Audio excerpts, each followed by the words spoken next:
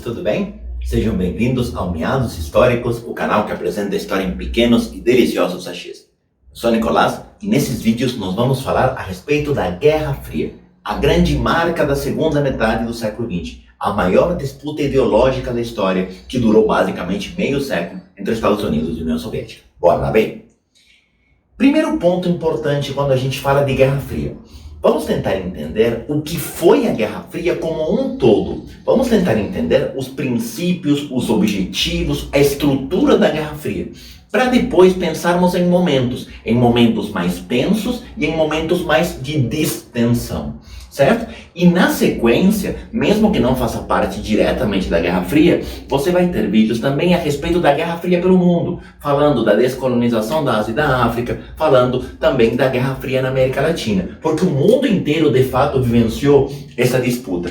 E o primeiro ponto é que é o nome, né? Por que a guerra ela é fria? Ou professor, porque foi no inverno, morre desgraçado. Não é uma guerra do frio, não é uma guerra no inverno. A Guerra Fria é uma disputa essencialmente ideológica. A Guerra Fria é uma disputa essencialmente ideológica. Por quê? De um lado, nós temos os Estados Unidos da América e do outro lado, a União das Repúblicas Socialistas Soviéticas. E essa é a sigla URSS, o que eu acho que choca um total de 0 pessoas, mas não custa te lembrar, União das Repúblicas Socialistas Soviéticas. Professor, eu não posso chamar de comunismo? Não, você não pode chamar de comunismo, porque a União Soviética nunca teve o Estado desaparecido. O Estado continua existindo sempre. Isso é uma marca socialista. A União Soviética parou na ditadura do proletariado, em alguns momentos com mais ditadura do que proletariado. Então, não dá para dizer que houve um modelo comunista, certo? Só que essa disputa é uma disputa, além de entre dois países, entre dois modelos. Os Estados Unidos como sendo os grandes defensores do capitalismo e a União Soviética como sendo a grande defensora do socialismo. Sim, a questão aqui, você se faz essa pergunta direto, mas por que esses dois? Quem são esses dois? A verdade é que essa disputa aqui é uma disputa que, como eu te disse, é uma disputa ideológica e por isso o conceito de Guerra Fria, mas é uma disputa entre dois países que aparecem como, e essa é uma expressão importante, como superpotências. E aí, você vai me perguntar e se perguntar o seguinte: o que eles fizeram para ser considerados superpotências? Como eles são superpotências, sendo que Estados Unidos e União Soviética não eram ninguém na fila do pão? União Soviética e Estados Unidos não eram países significativamente importantes. Os Estados Unidos até foram, pós-Primeira Guerra Mundial, até a crise de 29. Mas a crise de 29 pegou muito forte na terra do Tio Sam. Como os Estados Unidos saem da condição de crise econômica mundial, centro da crise econômica mundial, para a superpotência? Como que a União Soviética, que era um país que estava vendendo almoço para comprar a janta pós-Revolução Russa, agora entra na condição de superpotência? E aqui a explicação é muito simples. Nós estamos falando do pós-Segunda Guerra Mundial. Os Estados Unidos e a União Soviética são os grandes vencedores dentro dos vencedores. Vencedores da Segunda Guerra Mundial, os aliados, principalmente Inglaterra, França, União Soviética e Estados Unidos. Os 4 países que inclusive são responsáveis pela partilha da Alemanha. Os 4 países que vão dar as cartas na nascente ONU, Organização das Nações Unidas. Aliás, se você não assistiu o vídeo de Mundo Pós-45, que encerra a playlist de Segunda Guerra Mundial, eu sugiro que você veja, até para você entender o que é esse primeiro momento de partilha do mundo. A questão é, União Soviética e Estados Unidos, eles saem super fortalecidos após a Segunda Guerra Mundial. Eles são os grandes vencedores.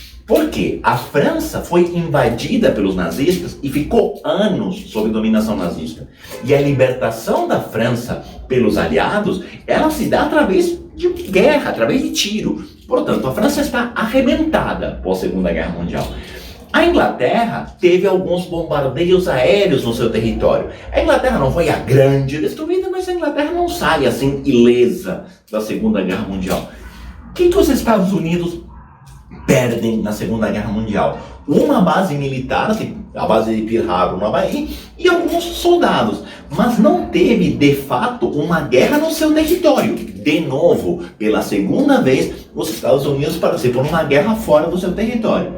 E o maior ataque sofrido pelos russos foi o ataque da Alemanha, que levou até a Batalha de Stalingrado, aquele momento em que Hitler Moscou, certo? Mas que na verdade se deu com a União Soviética promovendo a terra arrasada, destruindo e recuando, ou seja, a destruição foi uma destruição controlada. De fato, os Estados Unidos e a União Soviética são os que saem melhor posicionados da Segunda Guerra Mundial, porque são aqueles que menos sofrem com a guerra.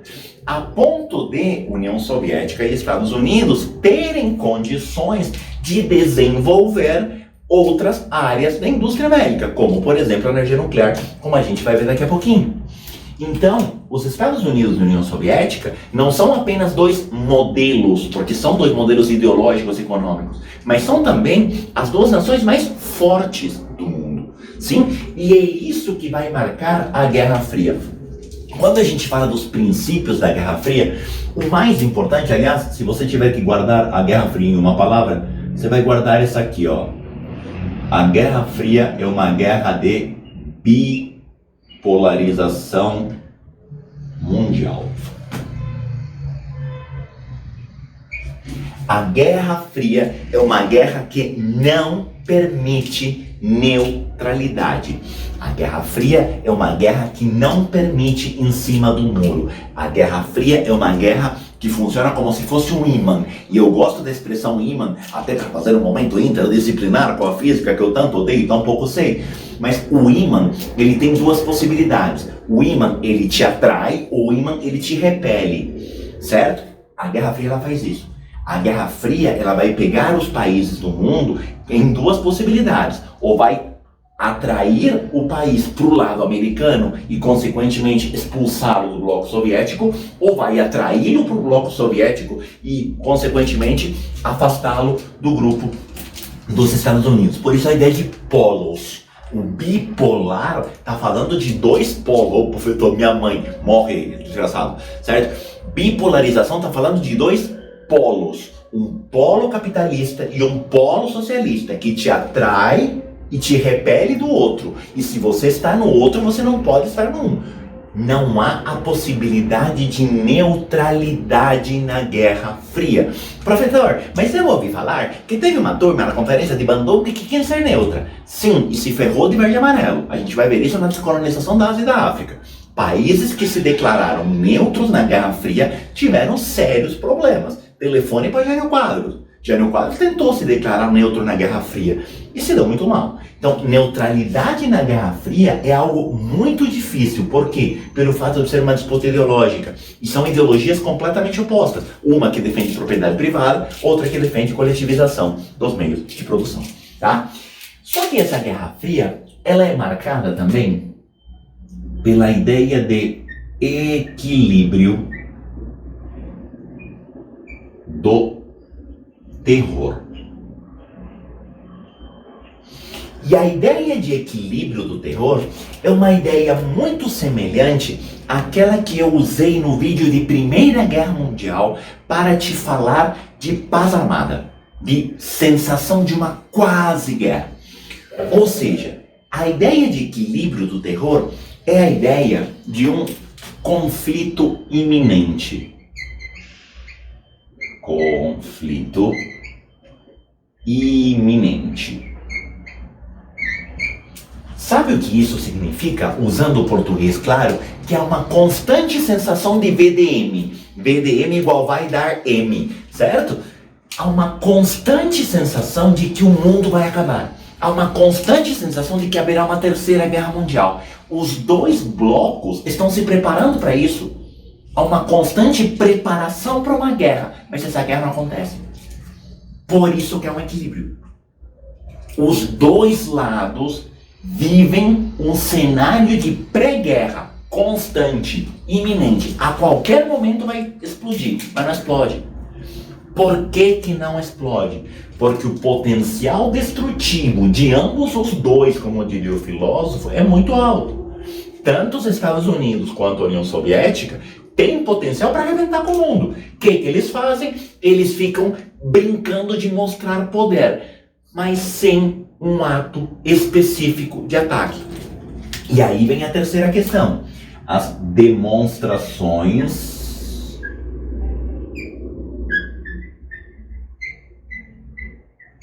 de superioridade. Superioridade. Como eu te disse, há uma constante ameaça de uma guerra. Então, você, para evitar a guerra direta, você vai procurar mostrar a sua superioridade das mais diversas formas. Como por exemplo, na questão da corrida das armas. A corrida armamentista. Só que você não vai usar essa arma para atacar diretamente o seu adversário. E aí eu retomo uma coisa que eu falei para você no vídeo da Segunda Guerra Mundial a respeito da bomba de Hiroshima e Nagasaki. Eu te disse, a bomba de Nagasaki, ela foi jogada no Japão, mas não foi jogada pro Japão.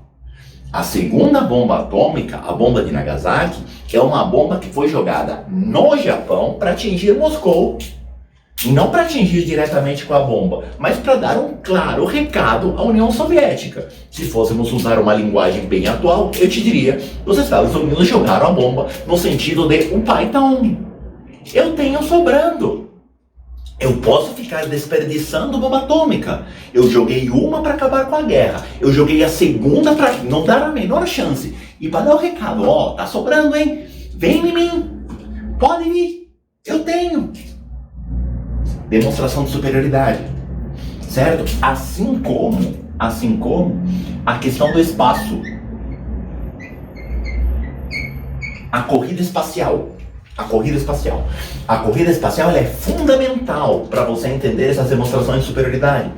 Você enviar pessoas ao espaço, na verdade seres vivos ao espaço era decisivo. E a União Soviética sai na frente enviando uma cachorrinha, coitadinha da Laika, ao espaço. Certo? A União Soviética, então, sai na frente na corrida espacial. Os Estados Unidos estavam na frente na corrida armamentista. O que os Estados Unidos têm que fazer? Uma coisa ainda mais grandiosa, tipo mandar um homem para a Lua. Lá vai Armstrong colocar os pés na Lua, colocar a bandeira e tirar aquela selfie gostosa na Lua. Professor, mas é toda uma teoria da conspiração, que é tudo armação. Deixa eu te contar uma coisa. A história não é CSI do passado. A função da história não é provar se a chegada na Lua foi verdade ou não. E como as pessoas na época reagiram como se aquilo fosse verdade, aquilo é verdade para a história. Você no vestibular não vai ficar discutindo com o vestibular. Não, na verdade é tudo armação, os Estados Unidos, não interessa. Se na época as pessoas reagiram como se aquilo fosse verdade, para a história aquilo é verdade, certo? Ponto. Eu te dou o direito de não concordar e de tentar provar das mais diversas formas, mas não briga com o vestibular, tá? Tem mais um detalhe, e aí é uma questão de gosto pessoal, eu preciso te contar um pouquinho disso, dessa demonstração de superioridade, que eram os esportes. Os Jogos Olímpicos eram fundamentais, para mostrar essa superioridade. Então, o quadro de medalhas das Olimpíadas mostrava a Guerra Fria. No quadro de medalhas das Olimpíadas era fundamental estar à frente do seu adversário. Era fundamental mostrar que você era mais forte do que o seu adversário. E saíam jogos pegadíssimos, principalmente em esportes coletivos, basquete, vôlei. Eram jogos de sair faísca, literalmente, certo? Por quê? Porque representavam essa disputa ideológica. Inclusive com episódios emblemáticos como boicotes de lado a lado. Os Jogos Olímpicos de 80 e 84 trazem situações absurdas no quadro de medalhas. Por quê? Os Jogos Olímpicos de 80 foram realizados em Moscou, tem boicote dos Estados Unidos. Os de 84 foram realizados em Los Angeles, tem boicote da União Soviética. Eu não se sinto seguro para participar. E aí eles estão boicotando, na verdade, para não dar ibope para as Olimpíadas do grande adversário. E aí o tabuleiro de medalhas, o quadro de medalhas vai aparecer uma coisa muito louca, porque a quantidade de medalhas soviéticas em 80 é surreal. E a de medalhas americanas em 84 também é surreal. Por quê? Porque o adversário não veio pro jogo. O adversário deu uma boicotada no vôlei. Tá? Então, toda e qualquer demonstração de superioridade, ela é decisiva. Inclusive, o que a gente vai chamar de conflitos localizados. O que a gente vai chamar de conflitos localizados. E eu não vou te explicar essas guerras agora, eu vou te explicar essas guerras na descolonização da Ásia e da África. Mas, como eu te disse que em terra de saci qualquer chutinho voadora, já que eles querem mostrar a superioridade a todo custo, mas não querem um confronto direto, as superpotências vão aproveitar guerras civis dos outros para testarem a sua superioridade. É aqui que vão aparecer os dois maiores exemplos, que são a Coreia e o Vietnã. A Coreia e o Vietnã são os grandes exemplos de conflito localizado. A guerra entre as Coreias, a do Norte e a do Sul. A guerra entre Vietnã do Norte e Vietnã do Sul são grandes palcos para disputa ideológica. Países que nada tinham a ver com a história usam os conflitos localizados para testar a sua superioridade e para cumprir o grande objetivo da Guerra Fria. Qual é o grande objetivo da Guerra Fria? Ampliar as áreas de influência.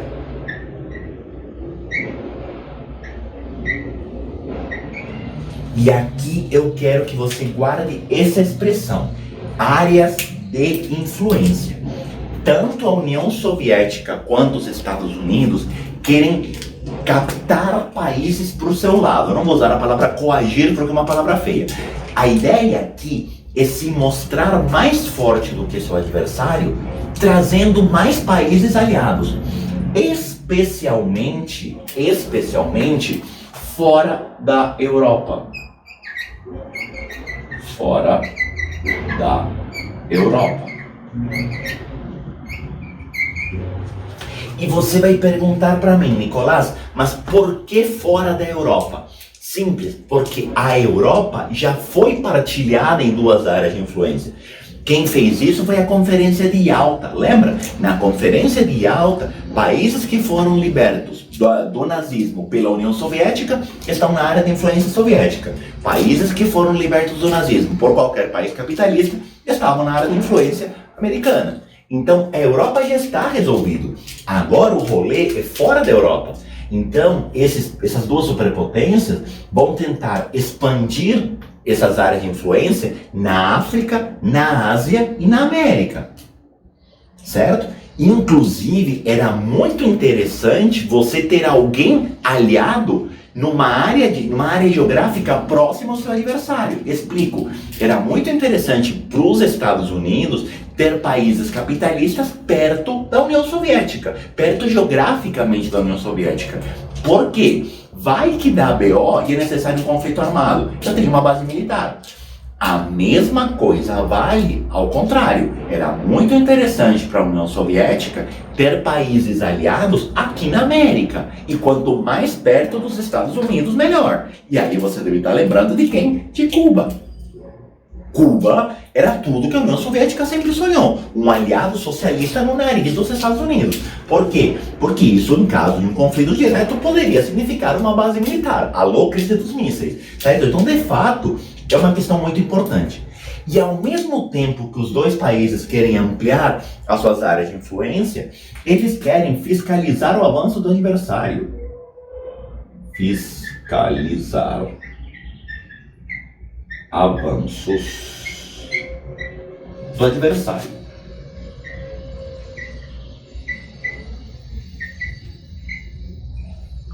A Guerra Fria era uma guerra de blefe.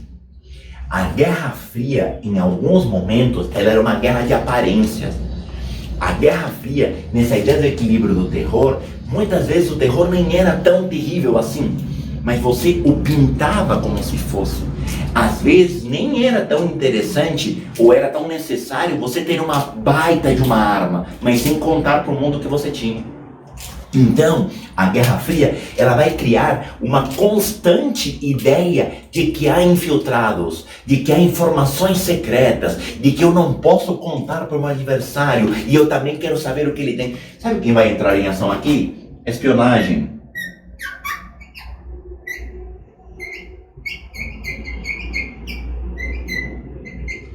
A Guerra Fria é como uma guerra de espionagem. De um lado a CIA, do outro lado a KGB. A CIA e a KGB, deixa eu colocar as siglas aqui, a CIA americana e a KGB soviética vão ser essas demonstrações de espionagem. Para quê? Para saber o que seu adversário está fazendo e ao mesmo tempo para esconder as suas informações. A Guerra Fria é uma guerra de blefe. A Guerra Fria, para aquele que joga truco, é aquela guerra que você tem um 2zinho na mão e você grita 6. Certo? Vai que o outro se apavora e corre. E você consegue dizer, tá vendo? Eu sou melhor do que você. Eu tinha o zap na mão. Tinha nada. Tinha um 2zinho vagabundo.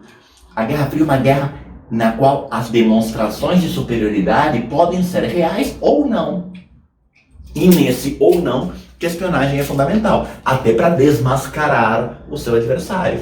Tem muito filme que fala disso. Tem muito filme que mostra isso. Se você pegar os 007 mais antigos, vai mostrar essa espionagem.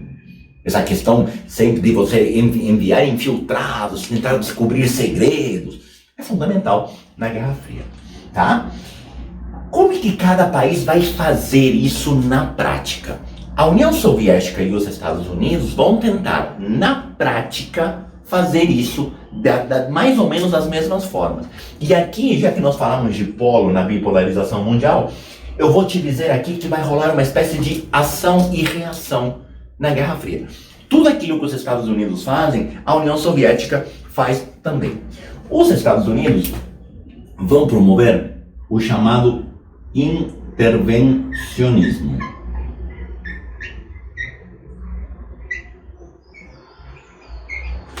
Como que vai rolar esse intervencionismo americano? De duas formas.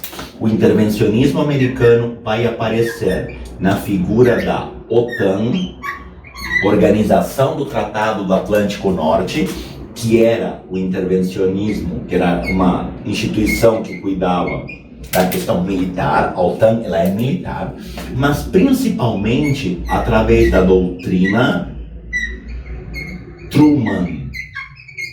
Pelo amor de Nossa Senhora da bicicletinha, não é doutrina Monroe. Doutrina Monroe é América para os americanos. Eu tenho certeza que eu comecei a escrever doutrina e você completou em pensamento. Monroe? Não. É a doutrina Truman. Harry Truman, presidente norte-americano, é o que vai dizer que se fosse necessário, haveria intervenções dos Estados Unidos nos países que estivessem flertando com o socialismo. A doutrina Truman é a justificativa do que mais pra frente vai se chamar Lei de Segurança Nacional, que vai marcar os regimes militares na América Latina. Em nome do quê? Em nome de uma ameaça socialista, em nome de um perigo vermelho. Ao mesmo tempo, os Estados Unidos vão usar a ideia de prosperidade. País capitalista é país próspero. País capitalista é país que tem fartura, nada farta. País capitalista é um país que vai pra frente. E se não vai, nós empurra. Como se faz isso? Através do chamado Plano Marshall.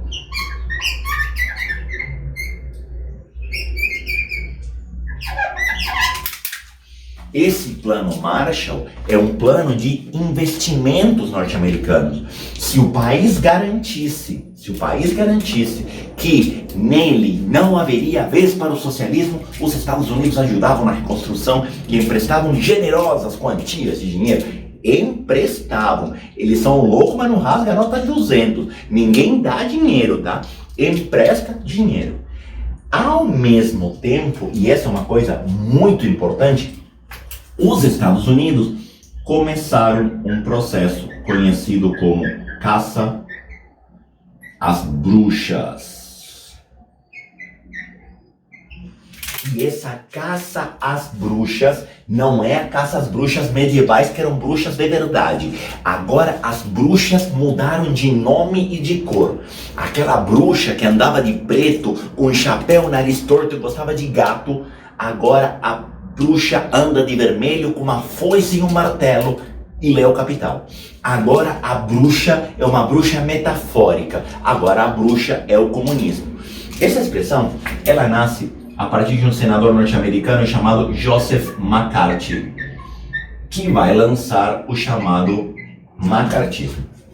O que era esse macartismo? McCarthy denunciou que havia espiões russos infiltrados nos Estados Unidos e promoveu uma verdadeira paranoia coletiva. Todo mundo começou a caçar onde estava aquele miserável daquele espião espião soviético infiltrado. E o McCarthy disse, tem no Senado, tem no Congresso, tem nas ruas, tem na polícia. Ele criou uma paranoia coletiva. E a galera alucinou. E esse macartismo justificava ações violentas por parte dos Estados Unidos contra cidadãos americanos acusados de serem infiltrados soviéticos. Mano, se cria uma paranoia na qual se perseguem pessoas por distribuir esmola na rua. Te viram distribuindo esmola na rua, tá vendo? Distribuição de riqueza. Esse maluco é socialista. É de uma maluquice, é de uma paranoia. Tudo isso nasce de um senador norte-americano chamado Joseph McCarthy, certo? Cuidado para não achar que os paranoicos eram só do lado de cá, porque do lado de lá também tinha paranoias. Aliás, tudo que aconteceu aqui, aconteceu lá também. Por quê? A União Soviética vai lançar também um plano de intervencionismo.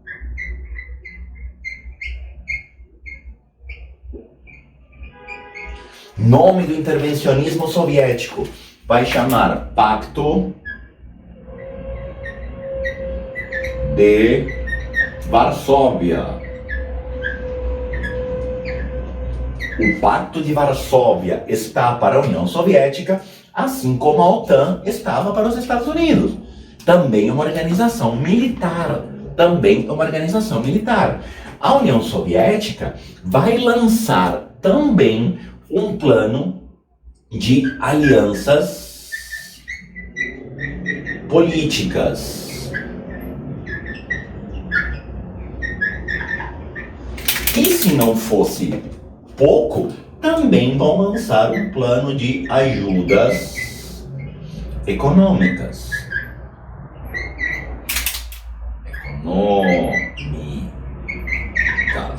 E a caneta está me trollando hoje, faz brinquedo, a gente mais fez. Como é que vai chamar isso? Essas alianças políticas vão fazer parte do chamado Cominform. E essas ajudas econômicas pertencem ao chamado Comecon. Repare que tudo que rolou aqui, rolou lá. Ô professor, mas não teve macartismo na União Soviética. A União Soviética era do bem. Pera, a União Soviética viu uma ditadura totalitária. A União Soviética vive o auge do regime stalinista. E no regime stalinista havia a paranoia coletiva de achar que o Stalin mandava colocar escutas ilegais na sua casa. No regime socialista, no regime stalinista, a ditadura era tamanha que você era proibido de falar mal do governo até na sua casa. Porque havia a possibilidade de você estar sendo espionado na sua própria casa. A ideia do Big Brother 1984, George Orwell, é muito inspirada naquilo que acontece na União Soviética. Então, nos Estados Unidos, isso aparece de uma forma de estado de exceção. Na União Soviética, isso era institucionalizado. Então, embora não tenha uma política formal, como houve no macartismo americano, na União Soviética tem uma coisa que, se não é igual, é muito pior. que é toda a estrutura do regime stalinista. Ou seja, repare, esse aqui é o panorama geral da Guerra Fria. Se você tiver que falar a respeito da Guerra Fria de uma forma genérica, sem analisar muitos casos específicos, a Guerra Fria está aqui. A partir de agora, e nos próximos vídeos, a gente vai ver os momentos da Guerra Fria, com momentos, como eu te disse, de menos tensão e momentos de mais tensão. Mas isso é assunto para os próximos vídeos. Beleza? Tchau, tchau, obrigado. Até o próximo vídeo.